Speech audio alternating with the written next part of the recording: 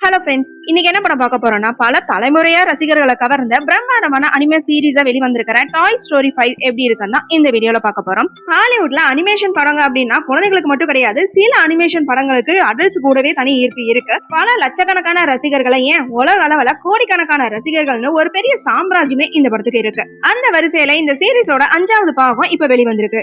இதுக்கு முன்னாடி பாகங்கள்ல வந்த டாய்ஸ் எல்லாமே அப்படியே தான் இருக்காங்க. ஆனா இந்த பாகத்துல ஒரு சின்ன மாற்றம் இருக்கு. ஓடி தான் எப்பவும் போல இந்த படத்தோட முதல் நாயகனாய் இருக்கான். அவன் எப்போதுமே தன்னோட ஓனரோட தேவைக்காகவே போராடிட்டு இருக்கான். இந்த கதையில ஊடிக்கு மட்டும் ஒரு பெரிய சிக்கல் வருது. உலகமே டிஜிட்டல் மாயமா மாறுது. பசங்க மொபைல் போன்ல மூழ்கி போயிருக்காங்க.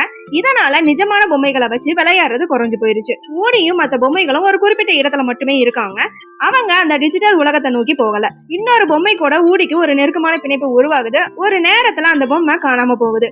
ஊடி எப்படியாவது அதை கண்டுபிடிச்சு கூட்டிட்டு வரணும் அப்படின்னு தேடி கிளம்புறான். இதுல ஊடி கூட ஜெஸ்ஸியும் கிளம்புறான். ஆனா சில காரணங்களால இவங்க 2 பேருமே ஒரு கட்டத்துல பிரிய வேண்டிய கட்டாயம் ஏற்படுது. ஜெஸ்ஸி வேற ஒரு இடத்துக்கு தனியா போயிடுறா, ஊடி தனியா போயிடுறான். இப்போ ஊடி தனியா ஜெஸ்ஸிய தேடி கிளம்புறான். அவளை தேடி கண்டுபிடிச்சாலா இல்லையா அப்படிங்கறதான் படத்தோட மைய பகுதியா காட்டப்படுது. கிளைமேக்ஸ்ல ஜெஸ்ஸிய தேடி ஊடி போற பாதையில நிறைய சவால்கள் வருது. அந்த டிஜிட்டல் உலகத்துல இருக்கிற பொம்மைகள் எல்லாமே பேட்டரி பொம்மைகளாவும் டெக்னாலஜி பொம்மைகளாவும் புதுசா நிறைய கேரக்டர்ல வராங்க.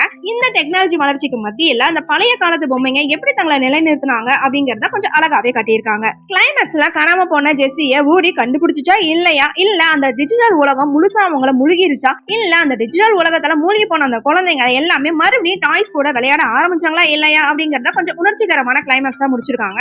ஊடியோட மன போராட்டமும் அவன் ஜெஸ்ஸி மேல வச்சிருக்கிற பாசமும் கடைசியில ஒரு பொம்மைகள் எல்லாமே ஒண்ணு சேர்ற காட்சிகள் அவ்வளவு அருமையா இருக்கு. படத்தோட பிளஸ்ன்னு பார்த்தா டிஜிட்டல் வளர்ச்சியால நிஜ உலகத்துல இருக்கிற பொம்மைகளை பசங்க மறந்துடுறாங்க அப்படிங்கறத ஒரு அனிமேஷன் கதையா வச்சு சொன்ன விதம் இன்னைக்கு காலகட்டத்துல தேவையான ஒண்ணுன்னே சொல்லலாங்க. இதுல வர பொம்மைகளோட பாசத்தை ஒரு மனுஷங்களுக்கே உரிய அந்த உணர்ச்சிகளோட காட்டினதும் நல்லா இருக்கு. பொம்மைகளோட பரிமாண வளர்ச்சி, அதாவது இந்த பேட்டரி டாய்ஸா இருக்கட்டும், டிவைஸ் டாய்ஸா இருக்கட்டும், லில்லிபுட்டா இருக்கட்டும், ஒரு பாகமா காட்டின விதமும் அருமையா இருக்கு. பின்னணி இசை ரொம்ப அருமையா இருக்கு. அனிமேஷன் வேலைப்பாடுகள் சொல்லவே வேணாம், ஹாலிவுட்டுக்கே இருக்கிற தரத்துல அருமையா இருக்கு. ஆனா படத்துல மைனஸ்னு பார்த்தா முன்னாடி பாகங்கள்ல இருந்த அளவுக்கு காமெடி இந்த பாகத்துல கம்மியா தான் இருக்கு.